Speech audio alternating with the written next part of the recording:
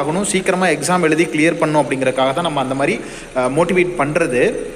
நீங்கள் உங்களுக்கு எலிஜிபிலிட்டி இருக்குது, ஏஜ் எலிஜிபிலிட்டி இருக்குது, உங்களுக்கு திறமைகள் இருக்குது அப்படின்னா ப்ரைவேட்டில் 10,000க்கும் 15,000க்கும் கான்ட்ராக்டில் 18,000க்கும் ஒர்க் பண்ணுறதுக்கு பதிலாக ஒரு நல்ல ப்ரிப்ரேஷன் பண்ணி 1 வருஷமோ 2 வருஷமோ உட்காந்து ஹார்ட் ஒர்க் பண்ணி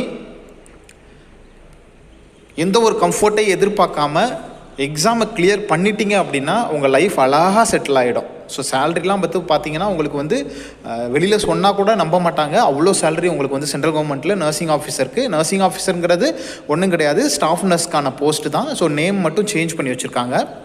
கிட்டத்தட்ட இவ்வளோ சேலரி இவங்களுக்கு கொடுக்குறாங்களா அப்படின்னு நிறைய பேர் நம்பவே மாட்டாங்க. அதுக்காக தான் இந்த வீடியோ நான் உங்களுக்கு போடுறேன். ஸோ இது வந்து லேட்டஸ்ட் பே ஸ்லிப்பு. நம்ம வந்து நம்மளோட ஃப்ரெண்டு ஒருத்தவங்கள்ட்ட வாங்கி நான் உங்களுக்கு மோட்டிவேஷனுக்காக இந்த வீடியோ போடுறேன். ஸோ ஸ்டேட் கவர்மெண்ட்டில் பர்மனெண்ட்டாக இருக்கவங்களுக்கு என்ன சேலரி அப்படிங்கிறதையும் நான் அடுத்தடுத்த வீடியோவில் நான் உங்களுக்கு